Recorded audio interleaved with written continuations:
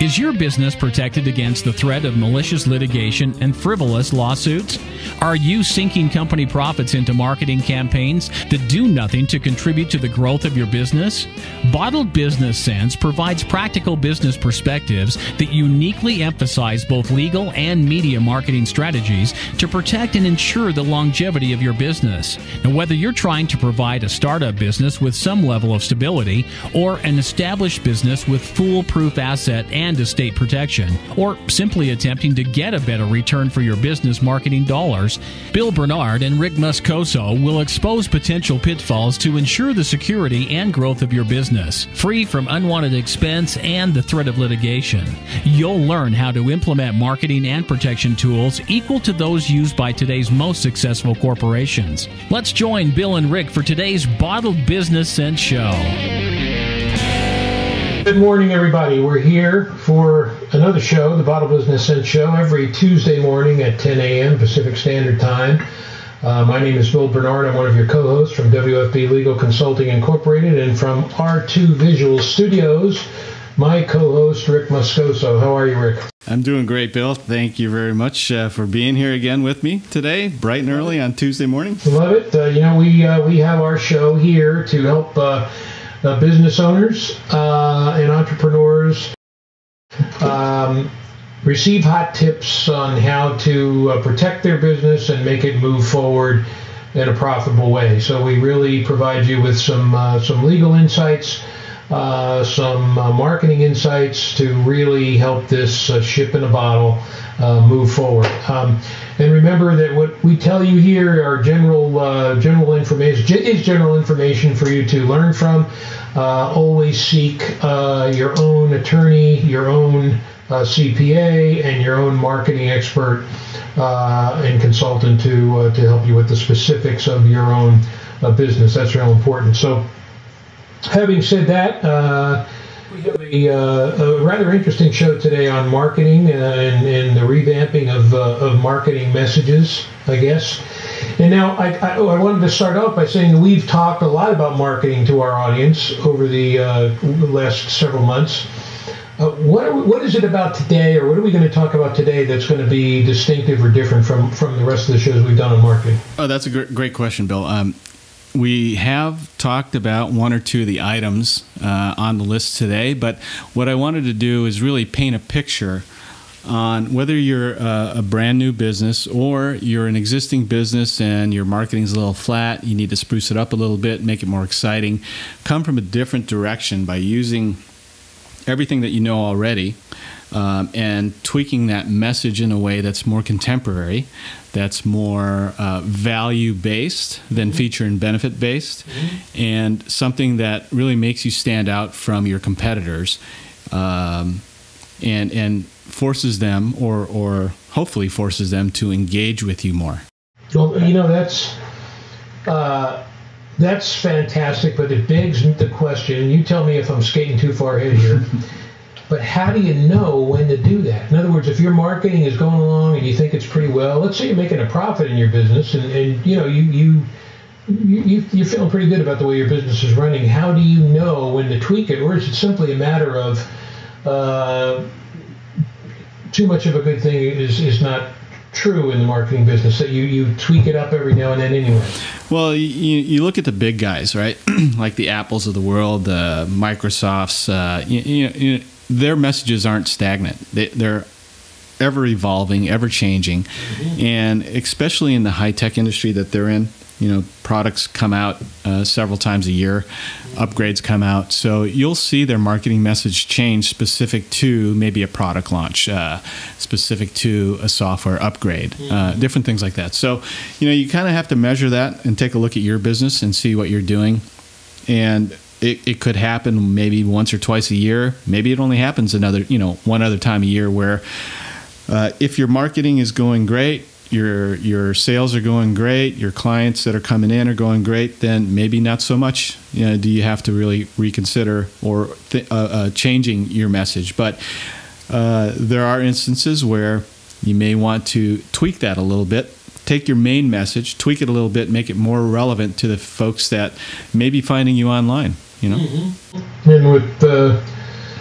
with your magic in the video industry, you can tweak a lot of things a lot of different ways. Yeah, exactly. I mean, there's a whole host of entrepreneurs out there, small business owners, that are trying to find a way to get them to stand out in a crowd and be able to connect with their audience much better. You know, the last thing we want to do is just be like everybody else. Yeah. You know, so really, it's trying to find that secret sauce that makes you stand out, where you're not doing what everybody else is doing.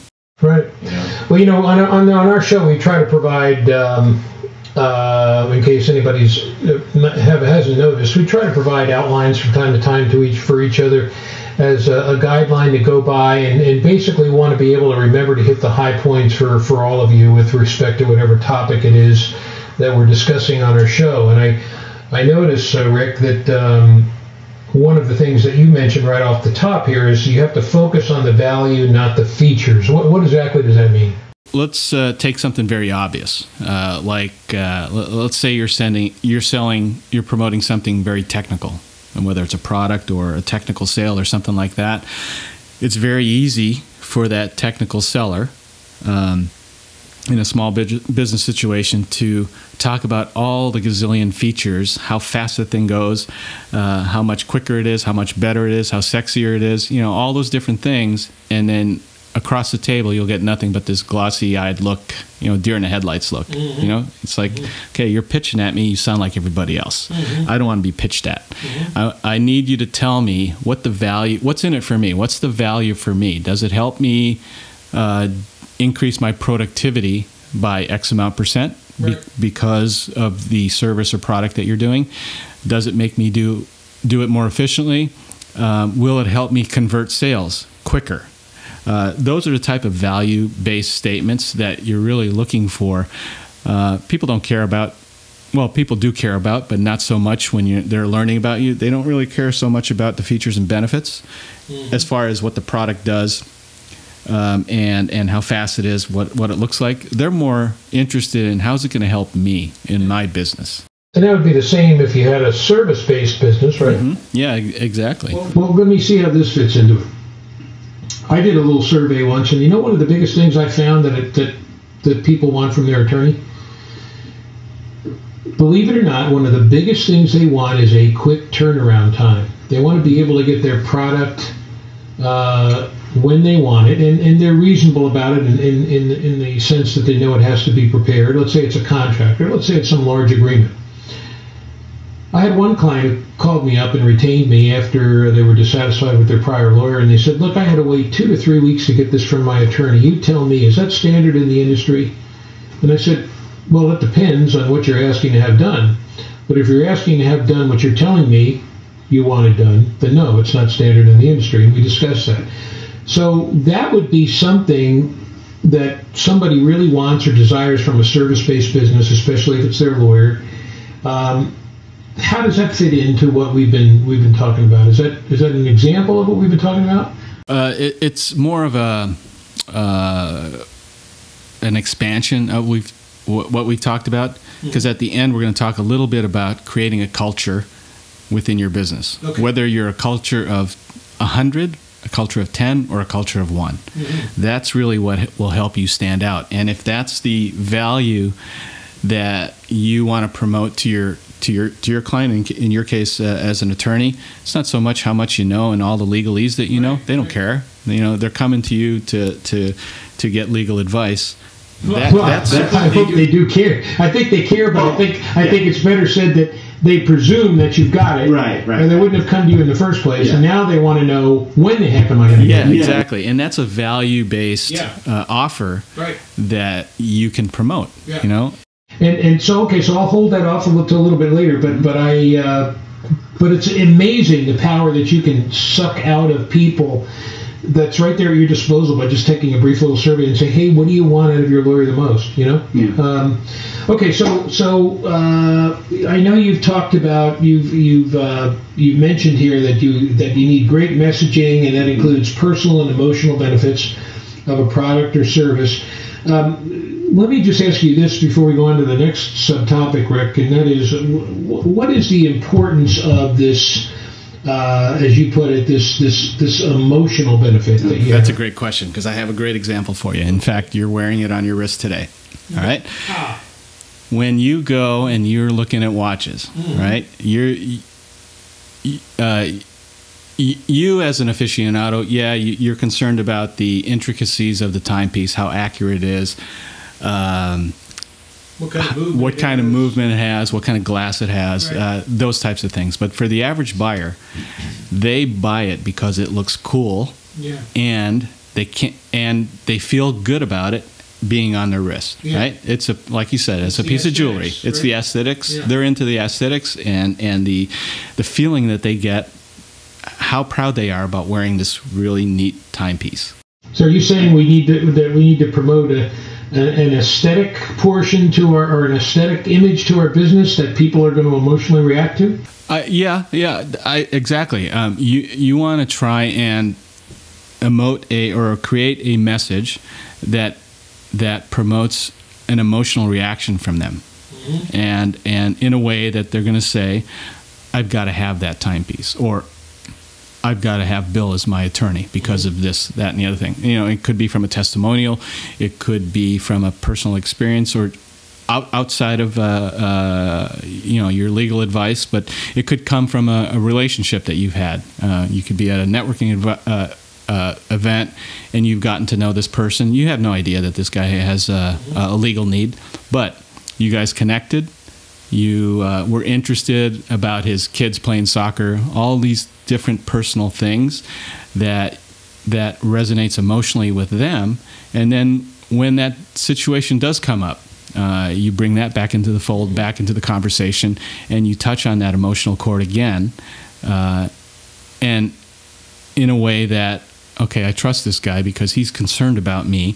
He remembers my kids' names. He remembers my wife's name. He remembers the activities that they do.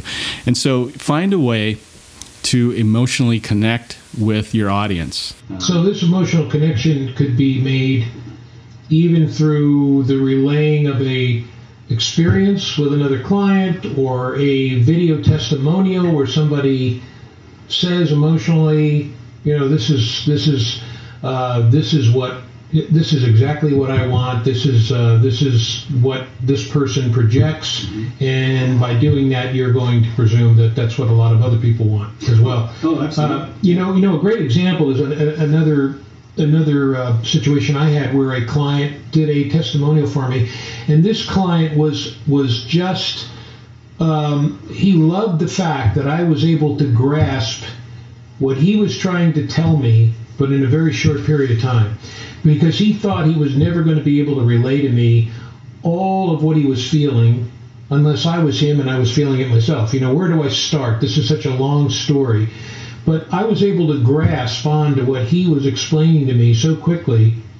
And I know that sounds like I'm tooting my own horn. I don't mean to. I'm just trying to relay what his impression was. He was so gratified by that he wanted to do a testimonial for me to tell me that Bill was able to do this not only in the manner that I wanted him to, but in a very short and quick period of time. So it hit an emotional chord with him. Yeah, and that should be the goal of every small business owner out there. You got to find a way to make that emotional connection, to hit that emotional chord with your audience, whether it's a service or a product. We all buy on emotion, whether you're an analytic or not. You really do buy on emotion, and if the experience is good, they'll continue to come back to you. Yeah, but how do you know, Rick, if you're working off an emotion or an emotional connection? Is there a way for you to accurately determine whether the same emotional connection you made with one client, if you're using a video or an experience, for example, like I've just been saying, how do you know that same thing is going to connect with another potential client? Yeah. Well, you don't. You really don't, and that's where the art of listening comes in. I tell people this all the time. Are you listening with the intent to answer, or are you listening with the intent to understand? And if you're listening with the intent to understand, the emotional component will come out for you to play off of, and it's going to be different for everybody. like if I were to buy that watch, my emotional reaction to buy that watch may be totally different than this guy's over here. You know, so even though it's emotional based, it may be for a totally different reason. But I guess the key would be then to create an emotional cord where you want to buy the watch to begin with, not so much what you like about the watch compared to somebody else, but why you wanted to buy it in the first place. And so you're going to have to try to change these messages up, as we said at the beginning of the show, to try to hit different emotional chords. And one of them certainly could be said to be, hey, how quickly do you do my work and get it back to me? Right. And how quickly do you grasp what I'm trying to explain to you and you're able to understand it and then do what you need to do for me? Yeah. And I think those are reasonable things to test out, right? I mean, those are things that we're talking about testing, but after all, when we change our marketing, isn't that what we're doing? We're testing new ideas? Yeah, you are testing, and you're trying to make an educated guess of what the buyers are looking for. And that's where, not the next section, but the one of the sections here, we talk about developing your message to personas, your customer personas. Yeah, let's talk about that a little more. All right. So let's take a look at that. So, you know, I found that a little bit intriguing when I first ran into customer personas because I never really thought of it that way. You typically look at who is your target market, right? But within that target market, there are different buying personas, right? Or it could be a person, it could be a buying behavior, it could be a buying style, different things like. Well, we talked a little bit about this a few weeks ago with our guest Steve Smith, huh? Yeah, exactly. I mean, you could be looking at their demographic information. You could be looking at their job level. What's their seniority in their job level? What type of decision making, authority do they have in their business? Then you touch upon things like what does the day in a life look like for that person, right? If it's a C-level type of position or a decision-making position, what are their pain points? You know, what do you have that can help them solve those pain points? Things like what are the types of things that they value the most? It could be their kids, some totally unrelated. What are their goals? What are they trying to achieve? In talking to you to find out how you can solve their problem. Well, I know for example, on one of my landing pages for the estate planning portion of my business, I say, are you prepared for disability, divorce, or even death? You know, it's trying to instill in people, look, one of these three things is very likely to happen to you, especially the death part. Yeah. Are you prepared for this? Yeah, exactly. You know, and that is meant to do what? Connect emotionally with them. Well, it certainly strikes an emotional chord. Yeah. You know, it's something that most people would tend to want to ignore, but it's there. It's right in front of them. And what better way than to make that statement? Yeah. I mean, it's great. All right, so when you're working with this persona that you're catering to, probably would I be correct in saying that to establish is the persona that you're working with, is that equatable to what we would normally refer as a particular niche market? Or is that different in some? Yeah, it could be as simple as that. It could be a niche market. It could be someone who has a particular need for your service or product. It could be just a person is simply stated. It could be just the way they go about making purchase decisions. All right, so it's you got to figure out how they make those decisions along the way to help you really categorize them in a certain buying persona. All right, so is that buyer is he or she analytical, right, or is that person emotionally based? Is that person making a decision for somebody else and just taking analytical information and trying to make the best decision for them? So you really got to take a look at all these different points in consideration and figure out what their buying persona is. How do they go about making that decision to buy your product or service? Yeah, so this takes a little bit of work and research. It does take a lot of research and understanding. And that's what you can help people with, right? Yeah. Okay. Yeah, absolutely. Well, before we get back into this is really interesting. We're letting the time fly by here very quickly. I wanted to take a brief commercial break and talk about another new sponsor, and that is Mr. Bill Pyatt, Pyott of New York Life. And, we talk about asset protection a lot on this show, and Bill is a big participant in that by being able to provide you with the appropriate life insurance, with the appropriate IRAs to shield some of your cash, to make your taxable income less taxable, if you will, and to provide you with a lot of health insurance ideas and a lot of employee benefits. So this really ties right into asset protection, and Bill is extremely talented and very knowledgeable in this area. So please visit Bill, and we'll have on the show here and on your screen, we'll have Bill's contact information, his phone number, as well as how to get a hold of him in any other way that we have available to us. And again, he is, I guess you'd call him the guru when it comes to making sure that the benefits that you need are on your side in order to protect you by way of the appropriate insurance and benefits that you need to have in place, should you run into some problems along the way. So please visit Bill Pyatt. Please give him a call. Ask him any questions that you need to ask him. And I know he'll be able to help you. He's a great guy, and more importantly, he is a knowledgeable guy. And that's what we try to do on this show: give you contacts that we feel are knowledgeable and that can help you in the areas of both protecting and promoting your business. Okay, so getting back to the show very quickly here, Rick. I know we were talking about developing personas. And I noticed that you suggest that you develop at least 2 to 4 buyer personas based on ideal customers and sales opportunities. What exactly do you mean by that? Well, when you take a look at who your best customer is, right? Mm-hmm. When they've done business with you. Take a look at that customer profile. What were from start to finish? Right. Where were they in the buying process? What were they looking for? How did they go about looking for it? And then step even further back and see, okay, how did I create that? What did I do to create that relationship with them, to find out more about them so I could press forward and promote what I'm doing in the best way?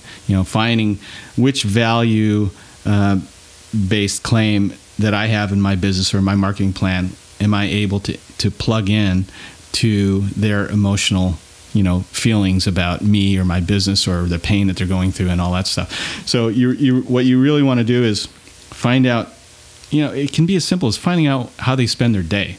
All right, mm-hmm. How they spend their weekend. What do they read? What are their buying habits? Or what are their vices when they're making business decisions? So if you take a look at different buying personas based on the experiences that you've had. Okay, so your best client, the one that you had to really try and convince some way or fashion to tip them over the tip, get them to hire you, or the ones that are just kind of sitting on the fence. They're either they don't have enough information, they're still a little skeptical. Right. Those would be particular buying personas. And so it's really important to understand that, because then you can craft a message that would help you push them over the tipping point. Okay. And these personas or needs of a particular group would be very much in line with, depending upon which particular niche you're dealing with in your industry. And again, this folks is really a good follow-up show to the show a few weeks back with Steve Smith on niche marketing. If you need to go back and listen to that show, please go to our bottlebusinessshow.com site and listen to that, and then follow up with this show, because I think taking off of that niche marketing perspective and then following it up with what Rick's talking about, you're going to then know the needs, the emotional needs of those particular niches, and you're going to be able to develop, I think, a persona for each one of them based on those needs, right? Yeah, absolutely. And then you test different ones out, right, Rick? I mean, I think what we tried to underscore here is don't expect to find one of these emotional needs and the next day you see a couple $1,000,000 coming through your business door, right? Yeah. I mean, this takes some implementation. It takes implementation. It takes a lot of testing. It takes trial and error. And one of the things that I can suggest is that I want people to be aware of, in addition to these buying personas that are out there, there's also life cycle stages along the way. And what I mean by life cycle stages is the persona that you're marketing to, are they in the awareness phase? Are they ready? Are they in the consideration phase but not quite ready to make that decision yet? Or are they in the decision-making phase? Like they're ready to pull the trigger. They just need to tell you yes, right? Mm-hmm. So those are the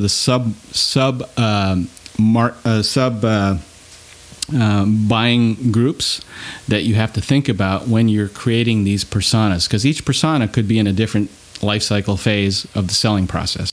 Now, how do you determine what phase they're in? The only way you can go about, I mean, you'll know when you have that conversation, when you meet with them. You'll find out what their timeline is. Are they just kicking tires and trying to find out what they should do, right? Or are they, okay, the problem needs to be solved next week, I really need to make a decision. But let's say you're marketing to one of those potential clients who you don't meet with, but let's say you're doing some marketing. Let's say you have ads that are going out to various businesses that you're sending out. How are you going to know what cycle they're in? I'm tempted to answer my own question, but I want to hear what you. I mean, I was going to say, wouldn't you do some research and find out about these people before you send marketing materials to them? Oh, absolutely. I mean, the more information you can get on them before you even start the discussion, the easier it is to be able to provide them with the right answer. Not only that, is that you've done the research, and it's like you come across as, yeah, this guy really cares about what I'm going to do because he's taken the extra time to find out some of this background stuff. Right. So there's a balance between the buying persona and where they're at in the life cycle stage of their buying process. Right. And that phone you might have heard in the background was a caller coming into the show, and now we're being told that. Looks like it's coming up here that the individual named Nancy would like to know, Rick. Sometimes entrepreneurs go into a business for a reason that bigger than themselves, and they tend to forget the why of why they got into the business in the first place. And she wants to know, how do you overcome that? How do you make sure that you keep your eye on the ball and understand why you got into business in the first place? Well, how do you force yourself to keep your eye on the ball and not get drawn away from it because you're trying all of these experimentations and you forget really, wait a minute, why did I get into this business in the first place? I'm not just here to get any client. I'm here to get specific clients. Right. Well, that's something that you have to do early on and establish that, right? Why is it that you got into the business that you're doing? And if you don't have a clear perspective of that, then you really shouldn't be in business at all, because it's going to carry over into everything else that you do. Right? So it's very important. I think I talked about this a couple months ago, is knowing your why. And if you don't know your why, maybe you ought to step back and take a look at yourself and find out why you're in business doing what you're doing. Because the whole key in striking a emotional chord with your customers is that you want them to believe what you believe in, and that all is a part of your why. Listen, I've got a burning question I need to ask you about that. Okay. Before we close the show, but very briefly, I want to take our second commercial break. And with respect to all of this very interesting marketing analysis that we've been talking about today with Rick, tell us how we get a hold of R2 Visual Studios. Excellent. Our website is r2visualstudios.com. You can get a hold of me directly via email at rick@r2visualstudios.com. We're on all the social media platforms, or if you need to connect with me directly via phone, you can reach me at 949-667-1182. And, we do everything media. So whether it's still photography, video marketing, marketing positioning, for your video marketing, we could certainly help you out in all aspects of that. Rick is just turning over a brand new video marketing program that he's going to be doing in terms of email video marketing. We don't have the time to get into that right now, but what's it going to be called again, Rick? We're launching in January a video marketing service called Take Two Videos. Okay. Yeah. So look for that, folks, and we'll talk more about it on future shows, but look for that from R2 Visual Studios. It's extremely exciting. Boy, it is, to say the least. Okay, so my question is, back now on the show, I want to ask, why would somebody not know the why, Rick? Why would somebody not know why they're in business? That's a good question, because I don't know about you, but for me, when I got into photography and video marketing, I knew exactly what my why is, right? My why is because I'm passionate about making other people look good. And I have, if I can say so myself, I feel that I have the talent to help people look good, to help them promote their brand in a professional way that makes them look like an authority figure with their audience. I follow a lot of some of the top internet marketers out there, video marketing guys, copywriters, and I watch what they do, and it's not so different than what I do. They've been doing it a little bit longer than me. They have a little bit larger audience than we do right now, but the same core elements that I get excited about, they're excited about it too. And so if you don't really, honestly. Well, this is about don't be just a businessman who wants to see money coming through the door. Everybody likes money coming through the door. Sure. But be the businessman who is helping other people in the specific realm that you've decided to dedicate your life to, and then want money to come through the door. Yeah, money's just a result. Yeah. Of your passion, right? And if you do it correctly, if you're marketing correctly and you're set up correctly, great way to put it. The money will be a result of your hard efforts and your passion. This has been great. We only have a few minutes left, Rick, but I wanted to find out if I could get from you, for our audience, a recap. In other words, if somebody came to you and they called you up today and they said, R2, help us out, help us with this marketing message, based on what we've discussed here in the show today, what would be the 1, 2, 3, 4, 5, whatever amount of things that they would need to do first, second, third, etc.? Well, there's 4 points that you should take away from this, and the number one point is really focus on the values of your business or service, and not so much on the features. Okay, the last thing you want to do is get bogged down in the technical features or the things that you would find in a pitch fest. Okay, so really focus on what makes you different and what values that you can promote, and that could be from your background, your personality, your beliefs. What value can you promote or offer to your target audience that you think will resonate with them? Okay. The second thing is, don't forget about your why. People want to know, especially as a small business owner, people want to know what you believe in. And it's our job as entrepreneurs, business owners, to try and convey a message that we hope that they can believe in also. What are those core values that you run your business by? Really, that's your why. And if you're struggling with that, give me a call. I can help you with that. But that's such an important core component of your marketing message that without it, I think you're going to be lost and maybe even going in the wrong direction with your messaging. Okay. The third is step back and consider developing these buying personas. It'll help you understand each type of persona or each type of person. It could be as simple as two personas, or it could be as complex as 100 different personas, depending upon the different products or services that you offer in your business. It's really important to understand what that buyer is thinking, where they're at, what they like to do, and to help you establish the correct message to them.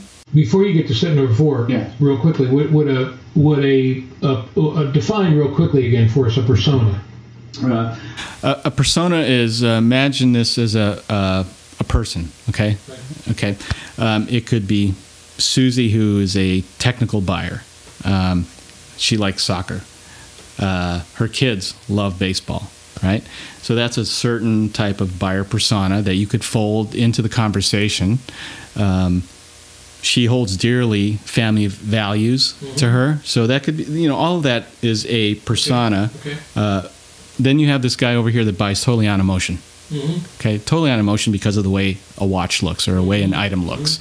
And that's the crux of how he makes a decision. And it would be the same principle in terms of services. You have to look at what service-related business they're into, and what about that particular business they hold most dear, so you can gear your marketing toward that. Yeah, exactly. And then finally, step 4 is what, Rick? Step 4, we didn't touch on this, but I think if you take a look at this whole picture, it's really the culture. What's the culture of your company? Whether you're a culture of 100 or 1,000 or a culture of 1. Again, it goes back to your why and establishing what are your core values. What is your business really based on, and how you operate. Because really, you're looking for people that believe what you believe in, and it's much. You'll find that you'll be able to convert more customers if you can do that early on in your messaging and conveying your why. Than it is trying to convince somebody otherwise. Yeah. Right? Well, this is we've just had a tremendous amount of information here that it's impossible to fit into the entirety of the show. But we'll continue on this mode of operation, ladies and gentlemen. We are here to try to help you as much as we can.